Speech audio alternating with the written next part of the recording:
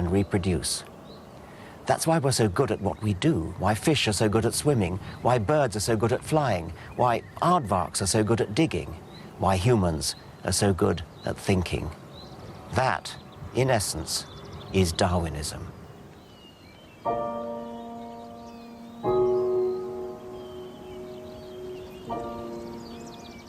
Darwin had to bury 2 more of his children in his lifetime. Another daughter and a son died in early infancy. In memory of Mary Eleanor and Charles Waring,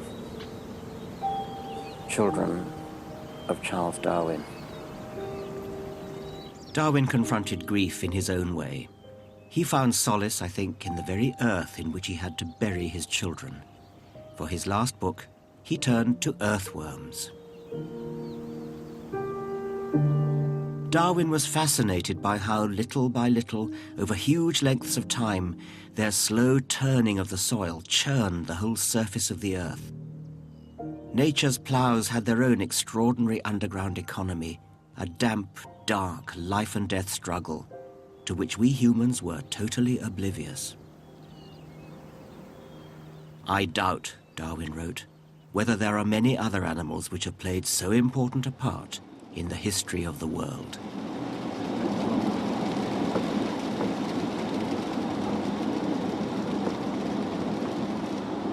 So Darwin didn't wallow in man-made notions of the supernatural or an afterlife.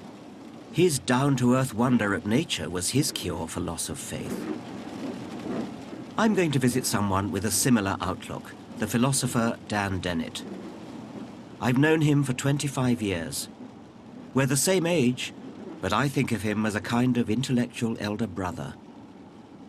But recently, he had a brush with mortality. There was a terrible crisis with his heart, and his friends were all told that he was going to die. It was a very scary moment. Afterwards, when he was recovering in hospital, he made the point that many of his friends had said that they prayed for him, and he thanked them, but then added, "And did you also sacrifice a goat?"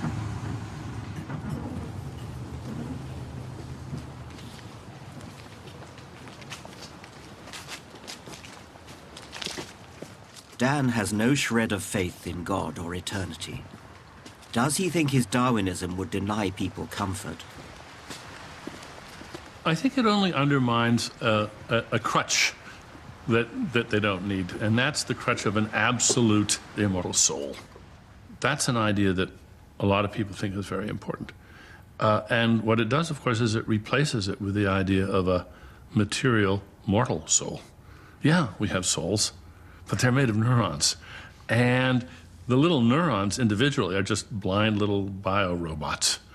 They don't know, they don't care, they're just doing their jobs. The amazing thing is that if you put enough of them together in the right sort of teams, you have basically a soul. You have the control system and the memory of a being that can be held responsible, that can hold himself or herself responsible, that can look into the future. And when people say, well, where do you get your consolation from? I sort of feel, well, how much more do you want? What? Indeed. What could be more wonderful than being part of this amazing living tapestry of growth and exploration and innovation, all happening in not a million, not a billion, but in 1 trillion places at once. Just to look just at our planet, the exuberance of the life processes going on around us and all of the creativity that is there is just stunning. It's great to wake up in the morning and realize that you're a part of this. And not only are we a part of it, but we can reflect on the fact that our ability to realize that, our ability to understand it and to exult in it, is itself the product of the same process. Our brains that are so capable of appreciating this have been produced by the very same process that we are now appreciating. Sometimes I like to say the planet has grown a nervous system, and it's us.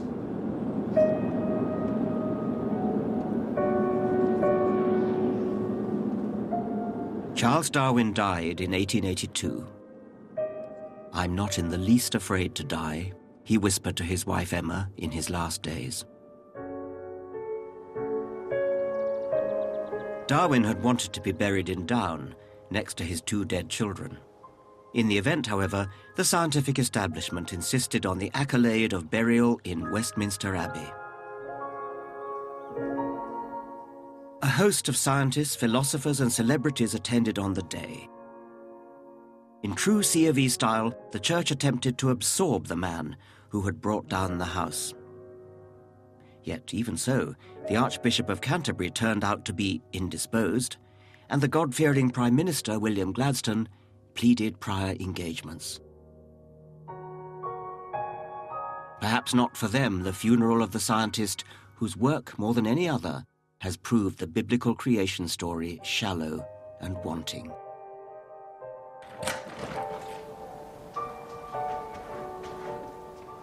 I revere Charles Darwin. He made sense of life. The world is amazing, even more amazing than Darwin knew. And the more we discover, the more petty our little private beliefs seem. Does Darwinism leave a gaping hole where religion once was? No, rather it opens our minds to a world of majesty, the real magic all around us. Not based on uncertain faith, but sound science. In this handful of soil, there are about 25 billion bacteria.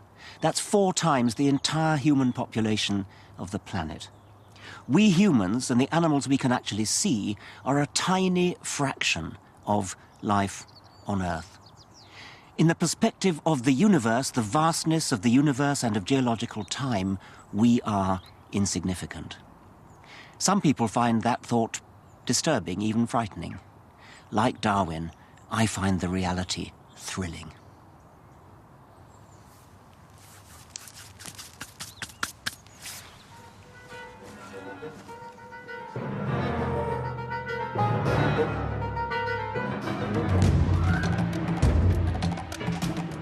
The complete series of The Genius of Charles Darwin is available to buy on DVD, as well as the Richard Dawkins collection. Order your copy now at channel4.com/shop. Cleaning up Castleford next, though, Kevin MacLeod and the Big Town Plan.